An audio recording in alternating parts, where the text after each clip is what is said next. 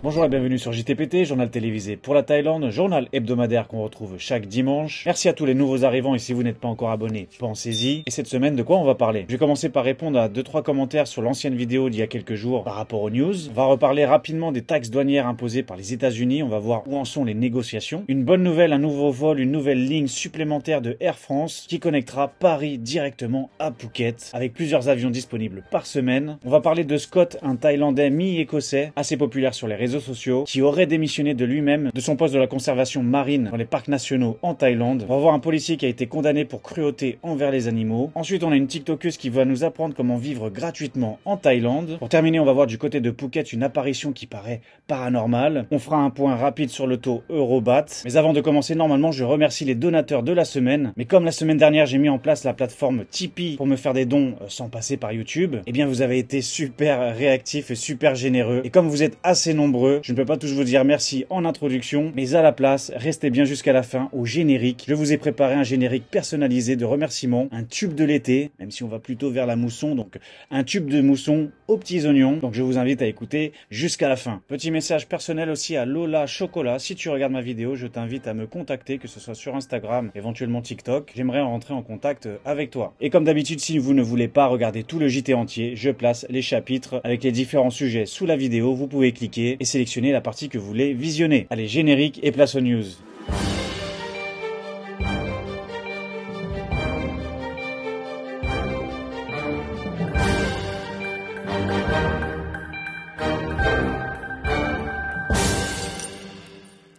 Donc oui, comme je vous lis tous en commentaire et j'essaye de répondre à tous, mais ça devient de plus en plus compliqué. Mais parfois justement on me demande des compléments d'informations et je me suis dit que c'est pas plus mal de les dire aussi à l'antenne. Donc la semaine dernière on avait parlé de Songkran et justement on avait parlé vraiment du côté festif, positif, etc. Et malgré tout, il y a toujours une augmentation d'accidents mortels de la route. Donc je vais répondre aux commentaires de Freddy Boyer 3876 qui me demande: salut le JTPT, combien de morts cette année? Trouve l'info, please. Alors l'info je l'ai trouvée à l'heure d'aujourd'hui malheureusement pendant cet événement Songkran, qui comme chaque année multiplie des accidents car forcément il y a de l'eau partout, c'est assez dangereux, ça peut glisser, ça peut pousser à des réflexes de conduite aussi, à des fois à vouloir éviter les gens et ça fait des accidents. On rajoute aussi le fait que beaucoup plus de gens prennent la route, font des allers-retours, se rendent par exemple à Bangkok ou dans leur province initiale, donc on rajoute du trafic et forcément ça augmente le risque d'accident. Donc on a 253 personnes qui ont perdu la vie et 1495 blessés recensés entre le 11 et le 17 avril. Voilà pour cette question, pour ce commentaire. Autre commentaire et question qu'on m'a posé, c'était à propos du DTAC, formulaire numérique qu'on doit remplir à partir du 1er mai, le remplaçant de l'ancien TM6. Eh bien, plusieurs abonnés m'ont demandé si les retraités devaient le remplir et devaient le faire. Eh bien, oui, c'est confirmé. Les visas OA, les visas retraite doivent aussi le faire avant de rentrer en Thaïlande, même si on se sent un peu plus résident qu'on est là à l'année. En fin de compte, eh bien, on n'est pas thaïlandais, on n'a pas le passeport thaïlandais, ni la carte de résident. Donc voilà, ça concerne absolument tout le monde. Et comme je le répète,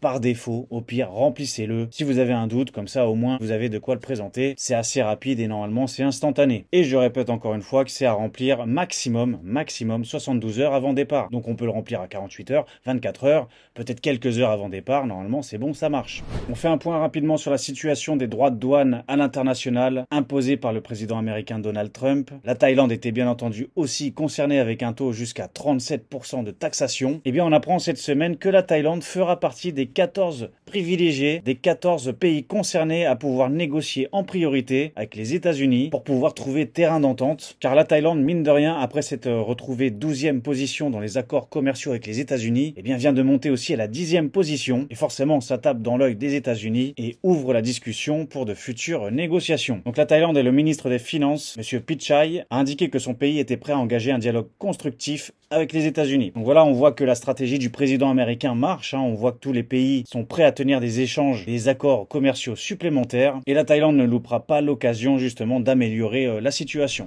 Allez, c'est ce qu'on va appeler une bonne nouvelle. À partir du 27 novembre 2025, Air France lancera une nouvelle liaison directe entre Paris-Charles de Gaulle et Phuket en Thaïlande. Les vols seront assurés 3 fois par semaine les lundis, mercredis et samedis pour le départ et avec des retours les mardis, jeudis et dimanches. Ce qui complémentera justement le vol qui avait anciennement direct qui était Paris-Bangkok, et bien là voilà, il y aura un deuxième qui viendra directement dans le sud. La seule un petit peu moins bonne nouvelle, c'est que c'est des Boeing, hein. Bon, j'ai rien dit, en espérant qu'ils sont améliorés, on en entend un petit peu moins parler. Alors on a même les horaires précisément de ces vols. Donc au départ de Paris, il décollera à 15h50 pour arriver à Phuket à 9h25 le matin. Et à l'inverse, le vol de retour donc quittera Phuket à 11h50 pour atterrir à Paris à 19h10. Donc voilà, en plus des horaires franchement assez confortables. Maintenant, il n'y a aucune idée du prix, hein, donc je sais pas si c'est vraiment une bonne nouvelle, car si les vols sont totalement chers, ça va pas nous changer la donne, ou alors ceux qui peuvent se le permettre, eh bien, seront bien contents. Avoir à surveiller, donc à partir du mois de novembre, c'est pas maintenant, mais je referai certainement une parenthèse au moment du lancement. Allez, on va passer au cas et à l'affaire de la semaine, qui a fait pas mal de bruit dans les médias nationaux, l'affaire de Psy Scott. Si vous ne le connaissez pas, Psy Scott, c'est un petit peu l'influenceur et protecteur des fonds marins des plages du sud de la Thaïlande. Alors, il animait des réseaux sociaux en se montrant en exercice, ou tout simplement, il faisait respecter aux touristes les règles, en veillant que ces touristes ne franchissent pas certaines zones où ils sont interdits d'y aller. Comme par exemple, on avait vu une vidéo où un vieux papa italien, bien aigri, nageait dans des eaux interdites, faisait du snorkeling. Eh bien, il est parti le repêcher, on l'a entendu crier dans tous les sens, comme quoi il voulait pas revenir en Thaïlande, etc. Eh bien, c'était monsieur Psy Scott et son équipe. Alors, cette vidéo, j'avais failli la diffuser pendant le JT, justement, je le suivais depuis un moment. Et dernière vidéo très récente, on l'a vu réprimander un couple de touristes qui s'amusait à dire à tous les Thaïlandais et au staff ni hao, le bonjour en chinois. Alors on pourrait dire dans un premier temps, bon bah il ne savait pas, c'est une erreur maladroite. Mais non, il l'a bien filmé en vidéo où il a donné un avertissement en demandant à ce couple d'arrêter de dire ni hao, mais ils avaient l'air plutôt de s'en amuser. Et finalement, dernier avertissement, il les intercepte sur une plage en disant que le séjour, le voyage est terminé, qu'ils devaient rentrer sur le bateau car ils ont continué à manquer de respect en appelant les Thaïlandais ni hao. Donc cette vidéo a pas mal buzzé. Et dans la foulée, qu'est-ce qu'on apprend? C'est que ce monsieur Psy Scott démissionne, ce qui surprend et divise l'opinion publique, car en même temps, ce qui fait encore plus de bruit, c'est que pendant qu'il démissionne, il en profite pour dénoncer de la corruption dans le milieu de la protection des parcs nationaux en Thaïlande. Alors qui est ce monsieur Psy Scott? C'est un jeune de 26 ans, défenseur de la conservation marine et ancien conseiller du directeur général du département des parcs nationaux de la faune et de la flore de Thaïlande. C'est avant tout un passionné par la conservation marine depuis l'âge de 20 ans. Il a même fondé un projet See You Strong grâce à ses fonds personnels pour mobiliser les communautés locales dans le nettoyage des plages du sud de la Thaïlande. En 2022, il a été surnommé l'Aquaman thaïlandais après avoir parcouru plus de 30 km à la nage solitaire entre la plage d'Ao Nang, l'île de Poda, afin de sensibiliser la préservation des océans. Donc c'est quelqu'un de très engagé, qui aime vraiment la nature, les fonds marins. Donc c'était vraiment la personne parfaite pour s'occuper de ce genre de responsabilité. Et voilà, on apprend qu'il démissionne. Et en expliquant publiquement pourquoi il démissionnait, j'ai choisi de quitter un emploi que j'aime pour la mer. Il a ajouté qu'il n'avait jamais accepté de salaire pendant son mandat et qu'il avait pris la décision de démissionner après que les opérateurs locaux de Krabi ont lancé une campagne pour son renvoi. Leurs actions faisaient suite à des tentatives répétées de signaler des fautes professionnelles à ses supérieurs hiérarchiques. Alors il a exprimé sa frustration, d'où son envie de démissionner. Il était frustré face à la situation dans les îles du Sud, notamment à la collusion entre les commerçants et certains responsables du parc. Il avait lancé des avertissements, mais ils sont restés sans effet. Certains fonctionnaires étaient même complices, selon lui, et que ces complices acceptant secrètement des pots de vin. Il a tout signalé aux autorités supérieures, mais ils ont fermé les yeux. Il a précisé que les habitants ont commencé à recueillir des signatures pour mon renvoi. J'ai été contraint de démissionner, mais je l'ai fait pour protéger la mer. Et pendant tout ce temps, je n'ai jamais touché un seul salaire. Donc voilà, on comprend bien cette frustration, vouloir faire son travail et que derrière, eh bien, il n'est pas écouté, voire même, il est même enfoncé. Donc au bout d'un moment, on peut comprendre. On va d'ailleurs écouter son témoignage où on sent que voilà, il est ému, il y a de l'émotion. Well, I feel like if you come to Thailand, you have to be respectful. It is a country with beautiful resources, and it should be given the same respect that you give to other countries that are more strict. I feel like sometimes when tourists come to Thailand, they feel like if you pay money, you can do whatever you want, which is not a good representation of how Thai people actually are. Thai people are very nice people, and sometimes they don't speak up or say what's wrong because they feel greng dai. But that has not really helped in maintaining strict rules and tourist behavior. So that's why I do what I do, because I'm here to remind people that you can't just walk all over the coral. You have to be mindful, be respectful. You can't break the rules just because you think you're on vacation. So I'm trying to protect the environment and also protect the dignity of Thai people. Donc c'est dommage, je pense que c'était vraiment la bonne personne et au bon poste, quelqu'un qui faisait ça par la passion et non pas par l'argent, qui aimait ce qu'il faisait, mais voilà. Maintenant on va se poser plusieurs questions. A-t-il volontairement démissionné ou l'a-t-on poussé à démissionner? Peut-être en avait-il marre de mettre des coups de bâton dans l'eau, d'être immergé de responsabilités et que ses signalements n'arrivaient pas à faire surface, le sentiment de se battre contre vents et marées. Alors beaucoup ont salué sa réaction face aux touristes qui disaient ni hao ni hao. D'autres ont trouvé ça excessif, le fait de virer le gros lourdeau. On a un autre cas qui cherche certainement à faire du buzz, en rétorquant directement à ce Psy Scott, ou aux Thaïlandais en général, que si on doit se plaindre des gens qui disent ni hao, il faudrait aussi dans l'autre sens arrêter de nous appeler les étrangers, les farangs, qui devient aussi insultant. Alors chère communauté, je vous lance le débat, et ensuite je vous donne mon avis. Est-ce que ça vous dérange vous-même qu'on vous appelle farang étranger? Pour dire les termes, trouvez-vous ça raciste, ou simplement nominatif, ou à l'inverse même, trouvez-vous ça amical? Alors moi je trouve que ce jeune homme, enfin cet homme, car oui je sais pas s'il a entre 18 et 45 ans, j'arrive pas à deviner. Bref, il ferait mieux de s'abstenir et d'éviter de comparer deux choses qui n'ont rien à voir pour moi, entre une moquerie ethnique à répétition, et un mot qui est fréquemment et couramment utilisé dans la langue thaïlandaise, et qui n'est pas une moquerie. Alors vraiment je ne pense que ça dérange personne sauf lui, qui a l'air même d'être vexé. C'est con.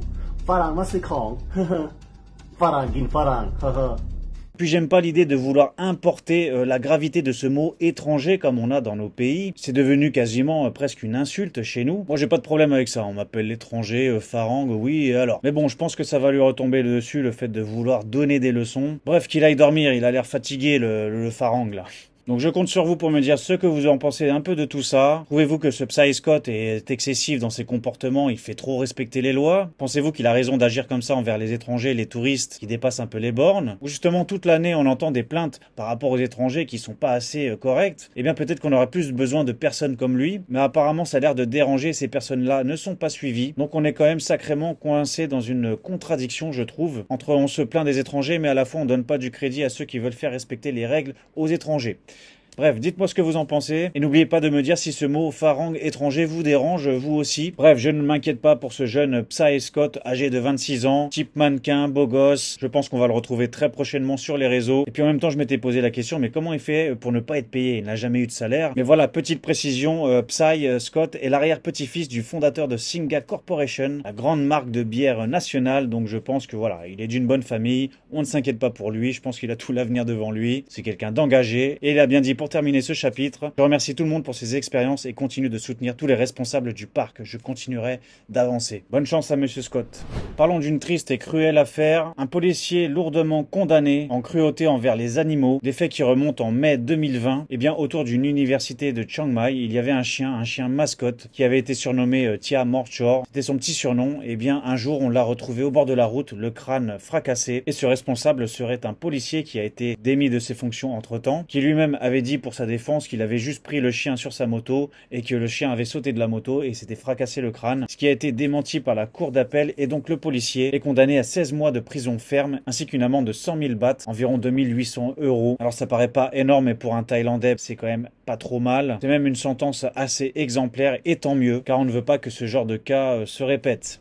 Allez, pour équilibrer un petit peu la balance entre les sales humains et les bons humains, dans le cas inverse, on va voir l'histoire de cette jeune fille qui va vous apprendre comment vivre gratuitement pendant 2 mois en Thaïlande. Enfin, du moins, s'héberger gratuitement pendant 2 mois. Alors, est-ce une bonne astuce? Est-ce une pub un petit peu marketing? On va voir ça. Alors, on voit cette voyageuse britannique au nom de Yona avec un chien sur l'île de Koh Samui. Elle a expliqué sur TikTok comment elle a vécu sur cette île sans payer 1 centime de loyer. Ça vous fait rêver ou pas? Alors forcément, avec une astuce magique comme ça, elle a fait des centaines de milliers de vues. Tout le monde lui demande mais comment tu as fait? Quelle est ta technique? Quel est ton secret? Alors volontairement je vais pas dire le nom de cette plateforme, de ce site internet qu'on va parler, car je ne sais pas du tout si ce service est viable, et puis bon j'ai pas forcément besoin de leur faire de la pub. Donc elle est passée par un site internet qui propose de mettre en relation des associations et des volontaires qui souhaitent voyager, participer et venir faire du bénévolat, et en échange d'avoir un logement. Donc elle explique les seules conditions c'est d'avoir 18 ans et d'être prêt à faire du bénévolat pendant 25 heures par semaine, avec un jour de congé garanti. En échange de ça, elle a eu son logement gratuit et le plaisir aussi de s'occuper des chiens, de leur faire des câlins, ça c'est très très bien. Tant que c'est les animaux qui en profitent, c'est pas plus mal. Elle rajoute aussi qu'en prime, du coup, elle a eu des cours de langue, des fêtes gratuites, des séances de yoga en passant par les visites, les transports et bien sûr de longues journées à la plage. Donc voilà, un petit combiné de vacances et de travail au bénévolat. Donc bien sûr, les internautes lui ont demandé mais c'est quoi cette plateforme, comment ça marche? Et là où c'est malin, c'est que justement ce site,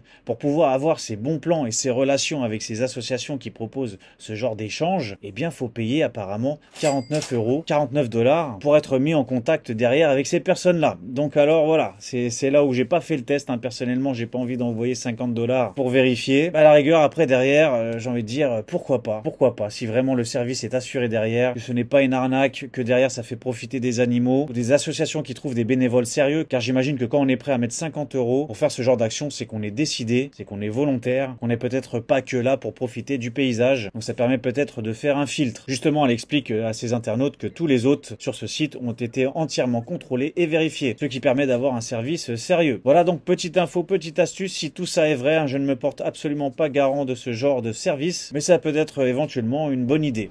Sans transition, et bien du côté de Phuket et dans même certaines autres régions, on a vu en soirée apparaître dans le ciel des objets lumineux avec des formes régulières et intrigantes. C'est ce qu'on pourrait appeler des colonnes lumineuses, de sortes de rayons comme ça qui se suspendent dans le ciel, et du coup beaucoup de photos ont inondé les réseaux sociaux en se demandant mais qu'est-ce que c'est? Alors non, déjà on élimine, il n'y a pas de boîte de nuit en dessous qui balance des rayons laser, non, c'est pas ça. Bien souvent ça s'est retrouvé au-dessus de la montagne, au-dessus des nuages ou au-dessus de la mer, ce qui rend d'autant plus intriguant la chose. Est-ce une manifestation d'une vie extraterrestre ou inconnue?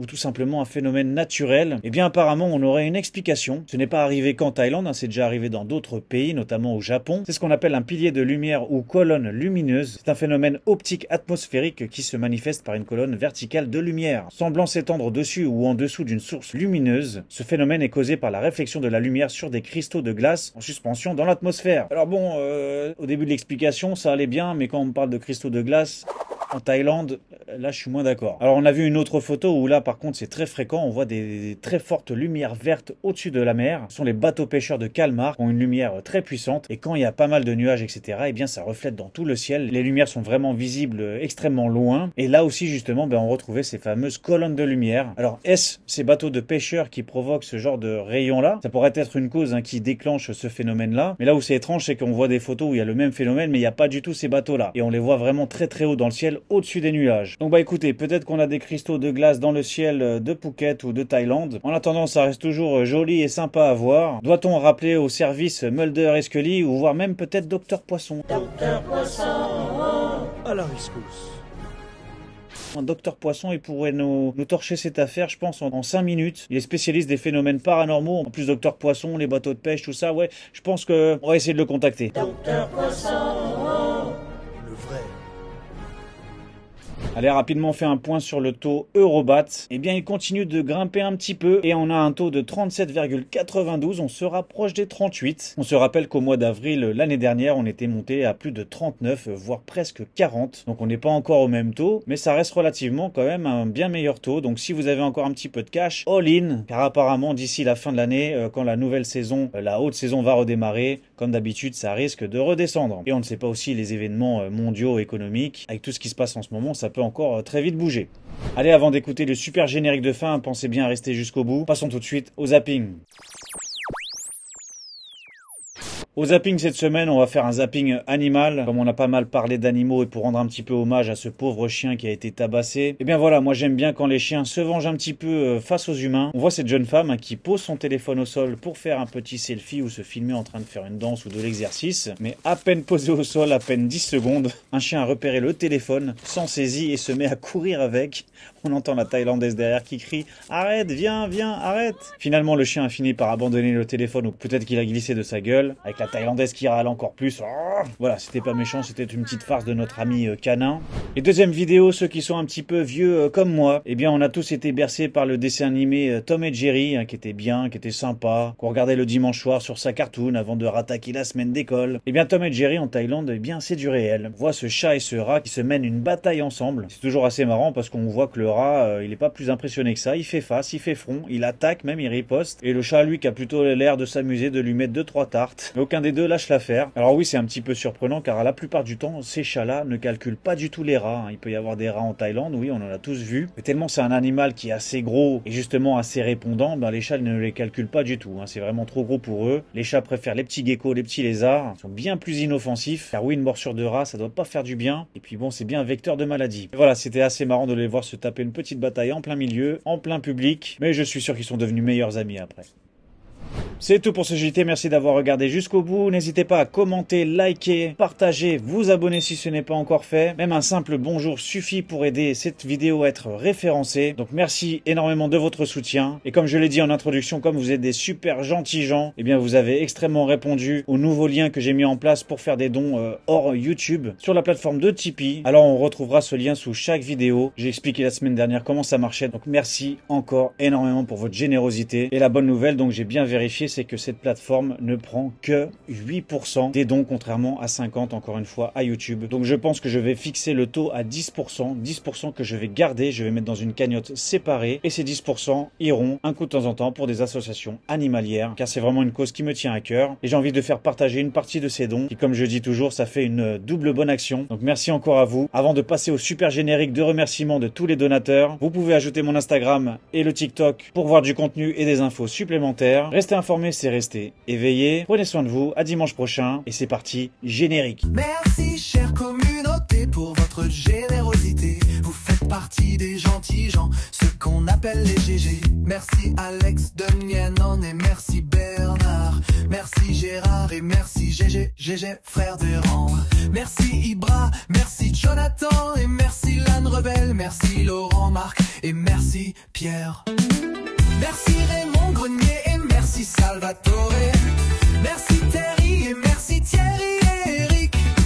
Merci Hervé le Suisse et Pop la Thaïlandaise. Et merci encore Arnaud Turpin. Merci chère communauté pour votre générosité. Vous faites partie des gentils gens, ceux qu'on appelle les GG. Merci mes GG, mes gentils gens préférés.